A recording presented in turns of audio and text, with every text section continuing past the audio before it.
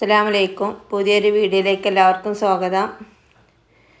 ഞാനിന്നിവിടെ ഉണ്ടാക്കാൻ പോണത് അറഫ നോമ്പിൻ്റെ അന്ന് ഉണ്ടാക്കിയ ചിക്കനും പത്തിരിയേനി. നോമ്പൊക്കെ കഴിഞ്ഞ് പെരുന്നാളും കഴിഞ്ഞ് എൻ്റെ വീഡിയോ ഞാൻ ഇപ്പോൾ ഇടണേ ഉള്ളൂ. അന്ന് എടുത്തുവെച്ച വീഡിയോ ആണ്. വീഡിയോ ഇടാൻ വേണ്ടി കുറച്ച് വൈകി. അതിൻ്റെ ശേഷമുള്ള ബീഫിൻ്റെ വീഡിയോ ഒക്കെ ഞാൻ ഇട്ടു. ഇതിടാൻ കുറച്ച് വൈകിയതാണ്.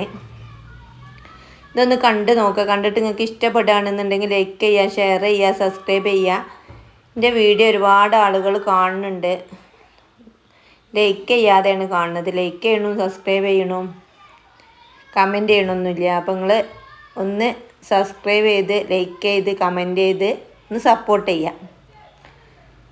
അതിന് വേണ്ടിയിട്ട് ഞാൻ 1 കിലോ ചിക്കനാണ് ഇവിടെ എടുത്തിട്ടുള്ളത്. അതിക്ക് 4 വലിയ ഉള്ളിയാണ് എടുത്തത്. അതിൽ 3 ഉള്ളി ഒന്ന് പൊരിച്ചെടുത്തതാണ്. ആ ഉള്ളി പൊരിച്ചെടുത്ത അതിക്ക് തന്നെ ചിക്കൻ ഇട്ടിട്ട് പൊരിച്ചെടുക്കുകയാണ് ചെയ്യുന്നത്.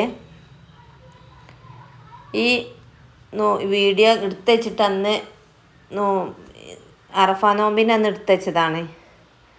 അറഫ നോമ്പിൻ്റെ അന്ന് എടുത്ത് വെച്ച വീഡിയോ പിന്നെ എന്തോ ഇതിലാണ് മറന്നുപോയി. അതിൻ്റെ ശേഷം ഞാൻ ബീഫിൻ്റെ വീഡിയോ ഒക്കെ എഡിറ്റ് ചെയ്തിട്ട് കഴിഞ്ഞതിന് ശേഷം നോക്കുമ്പോഴാണ് ഈ വീഡിയോ ഇടാത്തത് എനിക്ക് ഓർമ്മ വന്നത്. അപ്പോൾ അറഫ നോമ്പും പെരുന്നാളൊക്കെ കഴിഞ്ഞ് നിങ്ങൾ എന്തായാലും എൻ്റെ വീഡിയോ ഒന്ന് കണ്ടിട്ട് ഇതേപോലെ ചിക്കൻ ഉണ്ടാക്കി നോക്കുക. ഉണ്ടാക്കാത്തവർ ഇങ്ങനെയൊക്കെ ഒന്ന് ഉണ്ടാക്കി നോക്കുക.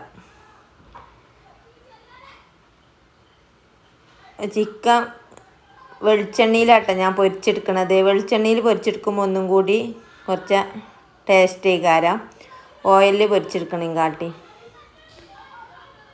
ചിക്കനൊക്കെ ഏകദേശം ആയി വന്നിട്ടുണ്ട്. അത് കോരിയെടുത്തതിന് ശേഷം ആ എണ്ണയ്ക്ക് തന്നെയല്ല ഞാൻ ഉള്ളി ഇട്ട് കൊടുക്കുന്നത്.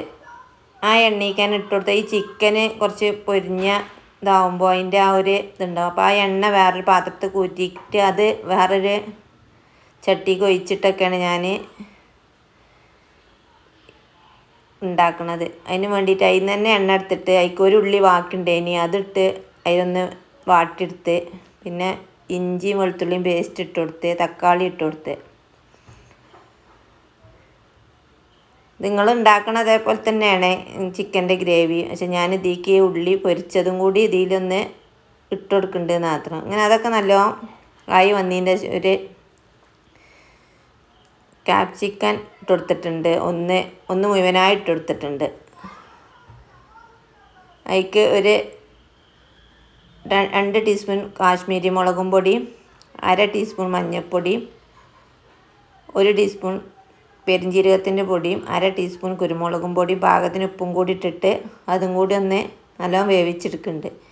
ഈ മുളക് നല്ലോണം അലിഞ്ഞ് വേവാനായിട്ട് ഞാൻ ആദ്യം തന്നെ ഇട്ട് കൊടുത്തത്. ചില ആളുകളൊക്കെ അത് എല്ലാം കഴിഞ്ഞിട്ട് ലാസ്റ്റ് ഇട്ട് കൊടുക്കലുണ്ട്. എനിക്കിത് വെന്തിട്ടാൻ വേണ്ടി ഞാൻ ആദ്യം തന്നെ ഇട്ടാണ്. അതൊക്കെ നല്ല അതിൻ്റെ ശേഷം ചിക്കന് അതിലേക്ക് ഇട്ട് കൊടുത്തതാണ്.